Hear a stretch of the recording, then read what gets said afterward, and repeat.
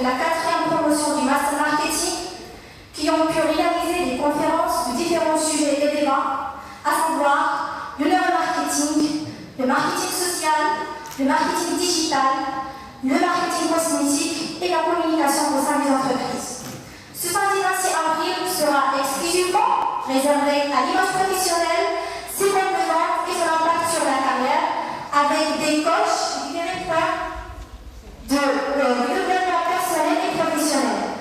Avant de passer à présenter le chef d'intervenant, je cède la parole à notre chef Serge Sabelli, le responsable du Master Marketing. Nous remercions vivement de ses encouragements et sa contribution à la réalisation des événements. Vos applaudissements.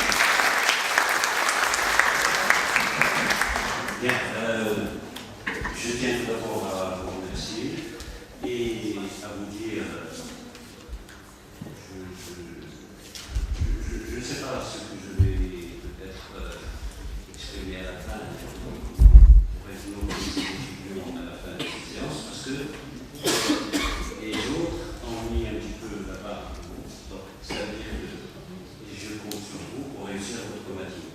Alors, je tiens à remercier vos intervenants, je vais vous laisser le soin de les bien présenter, et je dis tout simplement, c'est peut-être,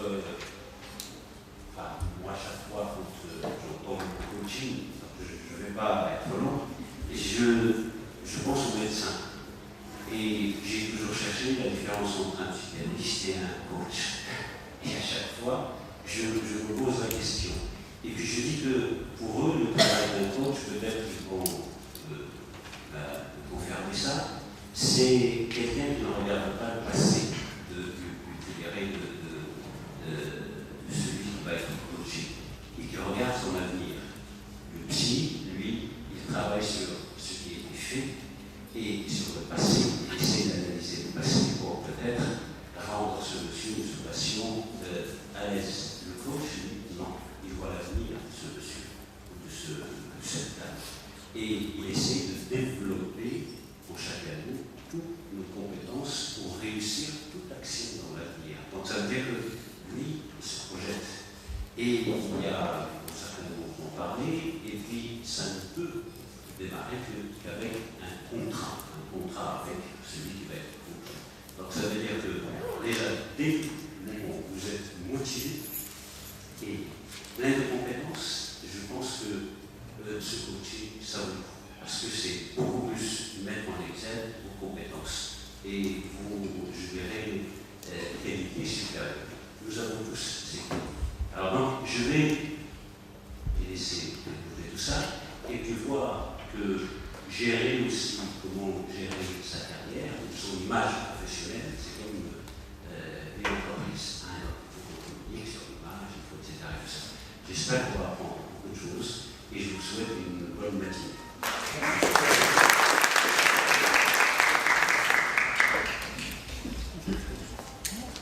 Donc merci beaucoup M. Sabelli.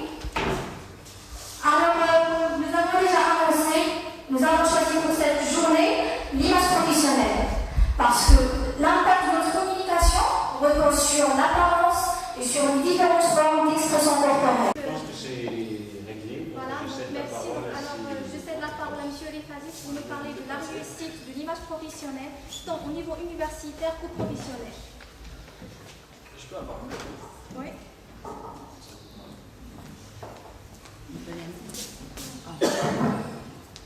Bonjour, salam alaikum. Je suis Mohamed Al-Fadi, comme ça a été la présentation, je passerai directement après toute la discussion qu'on a eue tout à l'heure. Et je suis vraiment content parce que ça a été une petite présentation pour ce que je vais faire aujourd'hui avec vous. Donc, dans les matchs, vous avez vu qu'on était tous des petits. Alors, en certain temps, on a travaillé notre réputation. Ce garçon qui est méchant, ce garçon qui est gentil, et au fur et à mesure, on travaille notre image. À un certain temps, lorsqu'on grandit, qu'elle a été toujours comme ça, on n'était pas toujours comme ça, elle a changé son caractère. Donc, l'image, ça se travaille depuis notre enfance. Et on la ramène avec nous à un certain stade, lorsqu'on est soi-disant professionnel, et on doit se comporter d'une manière ou d'une autre. Comme on a dit tout à l'heure, travail d'image après notre étude académique. On a eu une discussion tout à l'heure, c'est qu'on était une bande de 5 personnes, on est en train de travailler notre image, parce que c'est nos amis que lorsque je suis dans une entreprise, il y a un poste, je pense à une personne. Pourquoi? Parce qu'il était toujours sérieux, il est compétent, bien à l'heure, il est toujours servi très bien, et ce poste est adapté à cette personne dans mon entourage. Pourquoi? Parce que j'ai déjà une image de lui qu'il a travaillé sans faire conscience. Donc, le plus important, être spontané, toi-même, et ne pas essayer de faire jouer un tour parce qu'à un certain temps, ça ne passe pas. Et les dégâts sont tellement importants. Donc, pourquoi j'ai commencé par la passion? C'est vraiment qu'on doit choisir des études qui me passionnent pour donner à fond. Si je veux être un banquier, parce que j'aime bien calculer l'argent, compter l'argent, j'ai un amour. J'aime bien voir les gens comment ils se comportent dans la banque, parce que j'ai un ami qui a dit toujours que j'ai voulu toujours travailler comme un informaticien parce qu'il a toujours vu un banquier qui travaille avec un PC à l'époque, parce qu'on n'a pas toujours le temps pour voir des PC sauf à la banque. Donc c'est la banque de tout le monde. Et ça commence à travailler ma passion. Donc lorsque je suis en train de travailler mon image, c'est naturel, parce que je suis comme ça. Je suis spontané et c'est ma vraie image. Je peux l'améliorer, je peux la raffiner. C'est comme de l'or, on le fait sortir d'une mine, c'est de l'or. C'est sa valeur. Mais lorsqu'on cherche un bijoutier qui va travailler une bague ou bien un collier, c'est pour le raffiner, pour le développer. Ça, personnellement, ce que je conseille de faire, c'est que trouver quel est le matériau et chercher la bonne personne pour travailler ce matériau. Si je suis du fer, il faut chercher un forgeron. De l'or, chercher un bijoutier. Et ainsi de suite. Tout dépend de votre matière. Donc, après le travail, je cherche un travail. J'aime pas porter des cravates. Non. Je cherche un autre travail qui ne m'impose pas. Ou bien, j'impose mon style, parce que c'est ça ma personnalité. Par exemple, j'aime toujours porter des jeans. J'aime bien les baskets. Donc, au fur et à mesure, j'ai trouvé ma passion et je suis en train de créer mon travail pour me sentir vraiment adapté, assorti.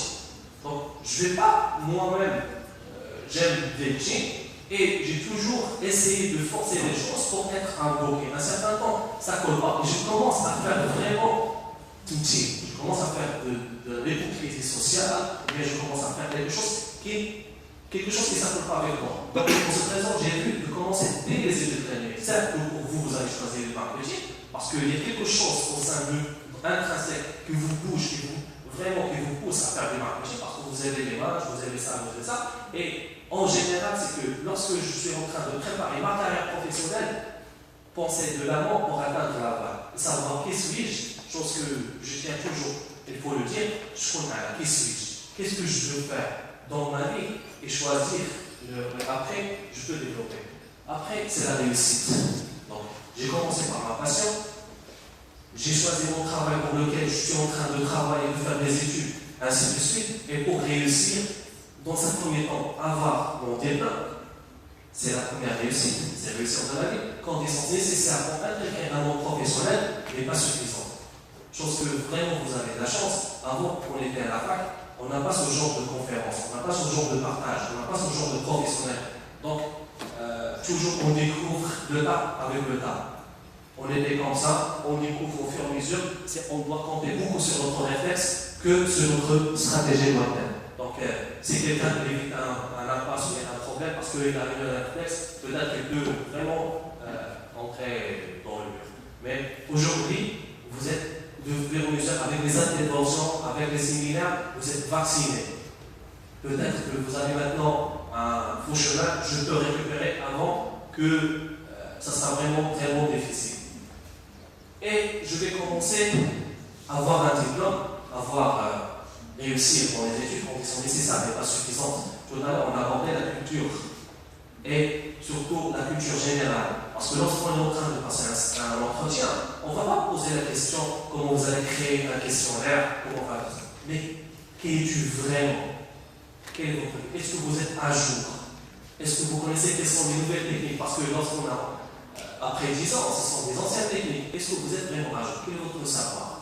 Quelle est votre culture générale? Est-ce que vous avez vraiment des connaissances politiques, économiques, sociales, religieuses? Quel est votre savoir? Et ça, on ne peut pas le trouver chaque jour dans les écoles. C'est vraiment, c'est vous-même. Si vous êtes, par exemple, penché sur la philosophie, ça se voit de votre discussion. Ce que vous êtes vraiment sur la philosophie. Si vous êtes sur l'économie, ça se voit. Donc, quel est votre vrai travail à faire? Quel est votre vrai savoir? Quelle est votre vraie culture? Par exemple, on se pose la question, quel est votre dernier livre que vous avez lu? Je pense à des 5 ans que je n'ai pas lu de livre, à part le programme. Oui, le programme de c'est nécessaire, mais il faut travailler autre chose pour développer encore votre image professionnelle. Parce que la vie ne fait pas le moindre. أعتقد المشروع لباسك يرفعك قبل جلوسك وكلامك يرفعك بعد جلوسك. Donc, c'est je suis bien habillé, tandis que je ne parle pas. Après, dans la discussion et on pense sur le travail, c'est bon. Vous savez que quand on travaille avec un projet, on enlève les cravates. On commence à plier, c'est bon, c'est la colle. Mais c'est votre vraie image. Après, c'est votre savoir-faire. Vous êtes bien habillé, vous avez un parfum qui est excellent, une montre, une cravate, tout ça est bien. Une fois qu'on commence à travailler, ça, c'est ça ce qu'on a besoin en entreprise. Ce que vous faites, vous savez faire. Et à un certain temps, lorsqu'on trouve des compétents, on peut masquer l'œil sur quelques trucs et on le travaille tout le temps. Parce que travailler l'habillement, c'est tellement important. Mais ça se fait en 1 heure maximum. Sûr, avec le temps, on peut améliorer. Ça se fait un style. Mais votre savoir-faire, qu'est-ce que vous allez apporter à l'entreprise? C'est ça votre objectif, c'est sortir et travailler, gagner de l'argent. Est-ce que c'est juste comme ça?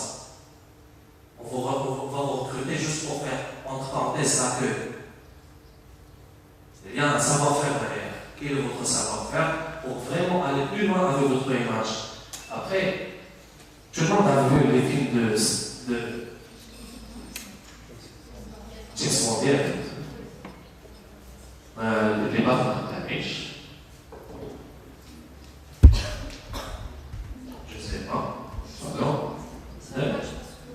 Je crois. Désolé. Ouais.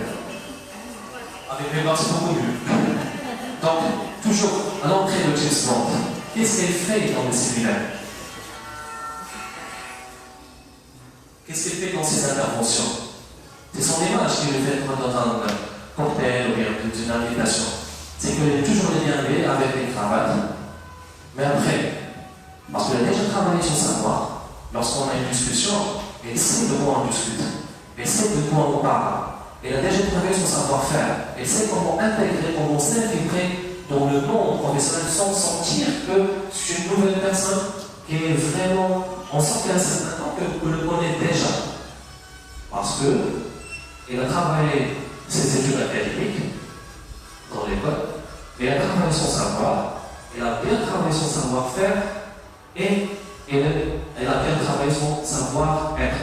Comme ma collègue qui a déjà parlé, c'est que l'étiquette, à un certain temps, quand on entre dans un monde, il faut savoir quelle est la communication, quelle est la langue de ce monde. Et la langue, c'est pas juste parler français ou bien anglais ou bien arabe. La langue, c'est la communication, c'est plus que ça, c'est loin de ça. C'est le gestuel, c'est le mimique, c'est l'habillement, c'est la méthode, comment on entre. Parce que dans ce genre, par exemple, de diplomatie ou bien de fête, c'est qu'elles vont avoir une tenue vraiment officielle pour s'intégrer dans ce qu'on veut faire. Après, c'est ce que vous allez rencontrer, c'est le savoir-faire faire. Et je vous invite à voir cette vidéo.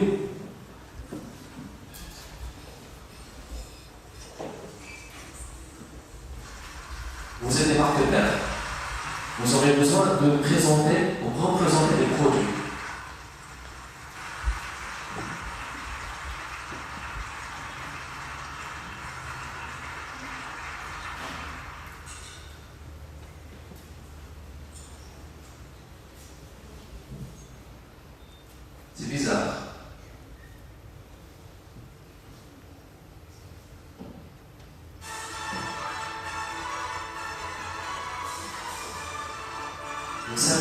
smartphones.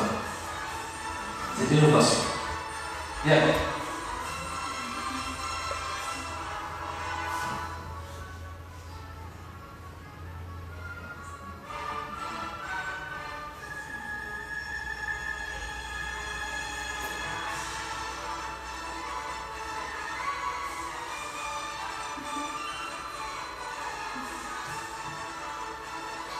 Vous avez vu dans un premier temps que la présence a été méconnue. On attend des violoncelles, des violons, des basses, après on entend. Mais c'est le résultat qui a jugé. Mais attends encore. Il y a autre chose.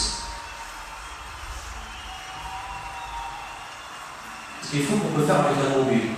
Bien. Et si vous pouvez utiliser votre mobile comme votre banque. Est-ce que vous avez senti dans un premier temps que cette publicité peut être banque? Non. Donc, il existe la présence, il existe le savoir-faire, mais il y a autre chose, c'est la créativité et c'est le résultat.